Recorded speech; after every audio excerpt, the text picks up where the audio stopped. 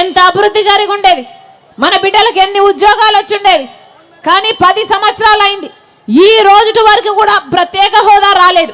కారణం, ముఖ్యమంత్రిగా చంద్రబాబు గారు ప్రత్యేక హోదా కోసం ఏది చేయలేదు. ముఖ్యమంత్రిగా అయినాక జగన్మోహన్ రెడ్డి గారు కూడా ప్రత్యేక హోదా కావాలని ఒక్కసారి కూడా ఏ ఉద్యమము చేయలేదు. ఇద్దరు ఈరోజు ప్రతిపక్ష నాయకుడైనా పాలకపక్ష నాయకుడైనా చంద్రబాబు గారైనా జగన్మోహన్ రెడ్డి గారైనా ఇద్దరు బీజేపీ పార్టీకి గులాంగిరి చేస్తున్నారు. ఇద్దరు మోడీతో తొత్తులుగా తయారయ్యారు తప్పితే ప్రజల గురించి ఎవరు ఆలోచిస్తున్నారన్నా? ఇద్దరికి ఏమీ తేడా లేదు. ఒకరికేమో ఉన్నది మోడీతో బహిరంగ పొత్తు, ఇంకొకరికేమో జగన్మోహన్ రెడ్డి గారికి మోడీతో ఉన్నది అక్రమ పొత్తు. ఈరోజు మోడీకి ఇద్దరు 2 కళ్ళయ్యారు. ఒక కన్ను చంద్రబాబు గారు అయితే మోడీకి ఇంకో కన్ను జగన్మోహన్ రెడ్డి గారు. ఇద్దరికి తేడా లేదన్నా, ఇద్దరికి మోడీ కావాలట. ఎందుకంటే మోడీ అధికారంలో ఉన్నాడు కాబట్టి స్వప్రయోజనాల కోసం ప్రజల ప్రయోజనాలను మొత్తము తాకట్టు పెట్టారు. మోడీ కొంగు పట్టుకొని వేలాడుతున్నారు. మన రాష్ట్రంలో ఇక్కడ ఒక ట్రయాంగిల్ లవ్ స్టోరీ నడుస్తుంది. అర్థమవుతుందా అన్నా? అర్థమవుతుందా? మోడీ మనకు ప్రత్యేక హోదా ఇవ్వలేదు, పోలవరం ప్రాజెక్ట్ ఇవ్వలేదు, కడప స్టీల్ ఫ్యాక్టరీ ఇవ్వలేదు, రాజధాని ఇవ్వలేదు. అయినా కూడా అదే మోడీకి గులాంగిరి చేస్తున్నారు. ఒక పక్క జగన్మోహన్ రెడ్డి గారు, ఒక పక్క చంద్రబాబు గారు. అసలు రాజశేఖర రెడ్డి గారి కొడుకు జగన్మోహన్ రెడ్డి గారు, రాజశేఖర రెడ్డి గారు బీజేపీ పార్టీని ఎంతగా వ్యతిరేకించారో మీకు తెలియదా అన్నా? ఎంతగా వ్యతిరేకించారు? ఎందుకంటే బీజేపీ పార్టీ ఒక మతతత్వ పార్టీ కాబట్టి మతం పేరుతో చిచ్చు పెట్టాలి, ఆ మంటలో చలి కాచుకోవాలి. ఇదే బీజేపీకి తెలిసిన రాజకీయం.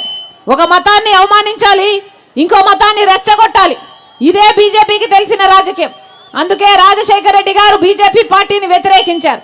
ఈ రోజు అదే బీజేపీ పార్టీ ముస్లింలకున్న 4% రిజర్వేషన్, రాజశేఖర రెడ్డి గారు ఇచ్చిన రిజర్వేషన్ ఎత్తేస్తాము అని బెదిరిస్తున్నా కూడా జగన్మోహన్ రెడ్డి గారు సొంత కొడుకై ఉండి ఈరోజు బీజేపీ పార్టీకి తొత్తుగా మారారు అంటే మరి రాజశేఖర రెడ్డి గారి ఆశయాలను నిలబెట్టిన వాళ్ళు వీళ్ళు ఎలా అవుతారు అని అడుగుతున్నాం. రైతులను ఎలా చూసుకున్నాడన్నా రాజశేఖర రెడ్డి గారు? రైతులని నెత్తిన పెట్టుకోలేదా రాజశేఖర రెడ్డి గారు? ఏమన్నా రైతులకు రుణమాఫీ చేశాడు, ఇన్పుట్ సబ్సిడీ, ఎరువుల మీద సబ్సిడీ, విత్తనాల మీద సబ్సిడీ, డ్రిప్ మీద సబ్సిడీ, యంత్రాల మీద సబ్సిడీ. రాజశేఖర రెడ్డి గారు మద్దతు ధర ఇచ్చాడు, పెట్టుబడుల్ని తగ్గించారు. ఎంతగా చూసుకున్నాడు రాజశేఖర రెడ్డి గారు? మరి రాజశేఖర రెడ్డి గారి కొడుకు జగన్మోహన్ రెడ్డి గారు 5 సంవత్సరాలుగా అధికారంలో ఉన్నాడు జగన్మోహన్ రెడ్డి గారు. మరి వ్యవసాయం ఏమైంది? ఈరోజు వ్యవసాయం దండగైపోయింది, రైతులు అప్పుల పాలైపోయారు. ఏమంటే కనీసం మద్దతు ధర లేదు, డ్రిప్ వేసుకుందామంటే సబ్సిడీ లేదు, కనీసం పంట నష్టపోతే పంట నష్టపరిహారం కూడా లేదు.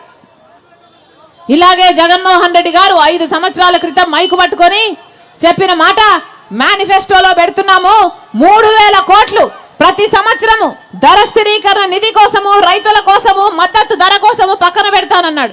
ఒక్క సంవత్సరమైనా జగన్మోహన్ రెడ్డి గారు 3000 కోట్ల రూపాయలు రైతుల కోసం పక్కన పెట్టాడా అన్నా? 4000 కోట్లు పంట నష్టపోతే పంట నష్టపరిహారం కోసం పక్కన పెడతానన్నాడు. ఒక్క సంవత్సరమైనా 4000 కోట్ల రూపాయలు రైతుల కోసం పక్కన పెట్టాడా జగన్మోహన్ రెడ్డి గారు? మరి వీళ్ళ రాజశేఖర రెడ్డి గారి ఆశయాలను నిలబెట్టేది? రాజశేఖర రెడ్డి గారికి ఇలాంటి బిడ్డలు, ఈ బిడ్డలంటే చాలా ప్రాణం. ఈ బిడ్డల్ని గుండెల్లో పెట్టుకున్నాడు రాజశేఖర రెడ్డి గారు. అలాంటిది జగన్మోహన్ రెడ్డి గారు కాళ్ళ కింద పడేసి వాళ్ళ భవిష్యత్తును తొక్కేస్తుంటే ఈరోజు చూస్తూ ఎంతమంది బిడ్డలు ఆత్మహత్యలు చేసుకుంటున్నారు. లేకపోతే చిన్న చిన్న ఉద్యోగాలు 8,000కు, 10,000కు, 12,000 రూపాయలకు చిన్న ఉద్యోగాలు, డిగ్రీలు, పీజీలు చదివి కూడా చిన్న ఉద్యోగాలు చేసుకునే పరిస్థితి వచ్చింది. కారణం ఏమిటి?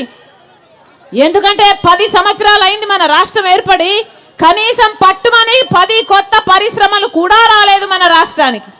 పోనీ ప్రభుత్వ పరంగా ఉద్యోగాలు వస్తున్నాయా అంటే అవి లేకపోయి. ఏం చెప్పాడు జగన్మోహన్ రెడ్డి గారు?